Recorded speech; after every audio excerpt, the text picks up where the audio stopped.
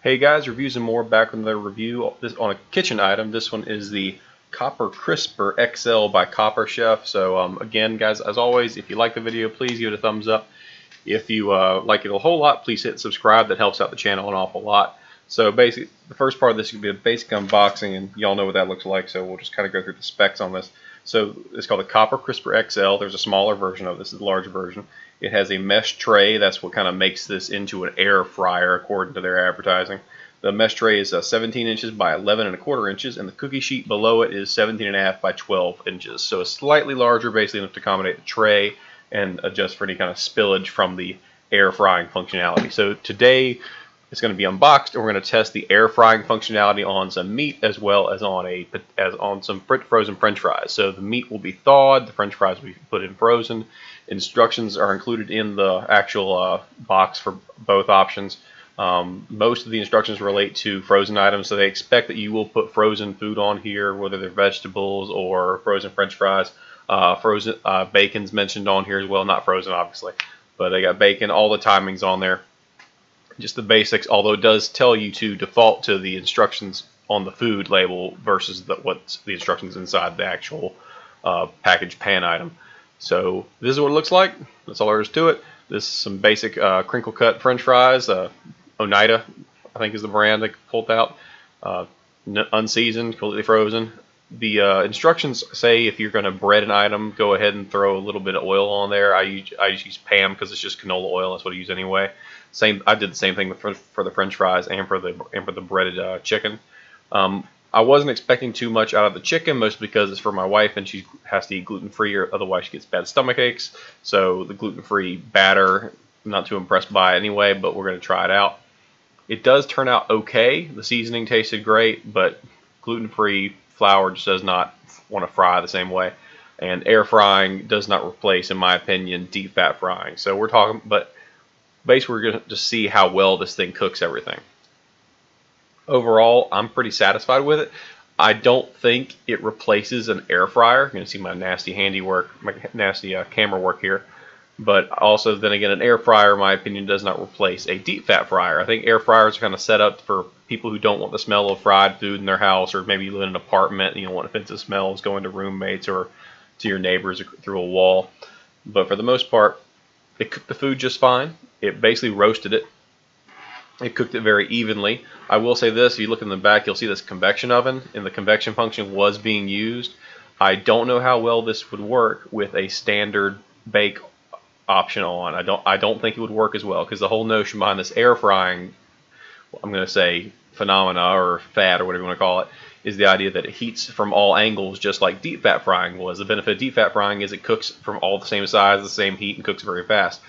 And the problem with this is, unless you have a convection oven that's going to be heating and circulating that hot air, the heat's either coming from the top or the bottom, or it's alternating on a roast function where it goes top and bottom, bake to roast, bake to broil, over and over and over again.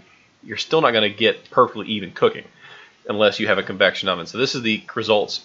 In the best case scenario, you have a convection oven that's functioning properly. You're getting it done. About 20 minutes in, the fries were perfect. They were golden crisp, not too done, not soggy.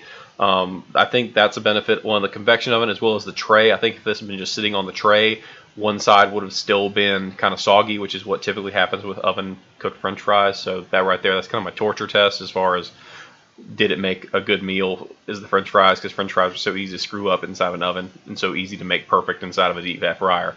So we're trying to mimic the benefits of a fryer here. So that's kind of, at least they got the fries right. The fries turned out pretty good. At this point, the chicken is not done. The chicken, the only instructions it gives in there is for 8 ounces, and it says 20 minutes. These are 2 big chicken thighs, so they take more than 20 minutes. It took about 35 to 40 minutes for these to finally get done, but I still checked on it. I wanted to see how it was cooking through it. The breading on it, I will say, doesn't, even though we did the egg batter, we did the double batter, we threw the flour on it, I really think the flour was mostly an issue of what kind of flour it was. It was gluten-free flour, so it just wasn't that good. But there's the fries. They look good, seasoned with Old Bay, delicious. It worked out just fine. Now we're going to see the completed chicken. The chicken, as far as frying goes, just like fried chicken does, the skin pulls right off, and it tasted really good. The seasoning was fine. It's just the flour wasn't up to par, and that's just because of the gluten-free flour. It just doesn't taste as good. I think it's a rice flour blend is what it was. It was either rice or coconut flour blend, and it just doesn't, it's not conducive to frying the same way that traditional just, shake and bake kind of stuff does. And that's what it looks like. So nothing too amazing here. It's just fried chicken, just pan fried instead of deep fat fried. Nothing too crazy about it. Cooked all the way through, and that's more a function of the oven than of the pan. It cooked evenly each side. There's the drip pan, so the drip functionality works. It doesn't leave a big mess anywhere it shouldn't leave it, so it doesn't get on your oven or anything. So now we got to clean it. So we got the sink, which has already had some food cleaned out of some other pans that we're cooking with. Alright, so first thing I just washing the mesh, it's just standard. I mean, if you ever have to wash a sieve or a metal strainer or for any reason, or if you ever washed a griddle basket from a deep fat fryer, you know what it's kind of a pain. The material here is that copper coating. Really, it's just an enamel coating. It's a mid-quality kind of porcelain non-stick coating. Instead of using Teflon, it uses like a porcelain enamel kind of coating, that kind of deal, just to make it to where it'll come right off. For the most part, you take care of it by avoiding harsh soaps. You don't use any kind of metal scrubber that's going to mess it up. I will say this: the basket feels like the coating on it, whatever they use to coat it with, whatever their proprietary enamel coating is for it, doesn't feel as thick. It feels very metally. So I don't know how much benefit you get out of this versus just if they use a stainless steel tray or if they use something else. I think it's just the copper is kind of a gimmick nowadays. It's not really any huge benefit to cooking with these quote-unquote copper things, because they're not really made of copper. They're made of like a enamel coating that has copper quote-unquote infused into it. So that's kind of gimmicky. I've always used the copper stuff has always been kind of gimmicky to me, but when it works, it works. But they also have other brands. I think there was a blue diamond version. The green pans were there for a while. They all do the same thing. They're all basically just enamel coated cookware.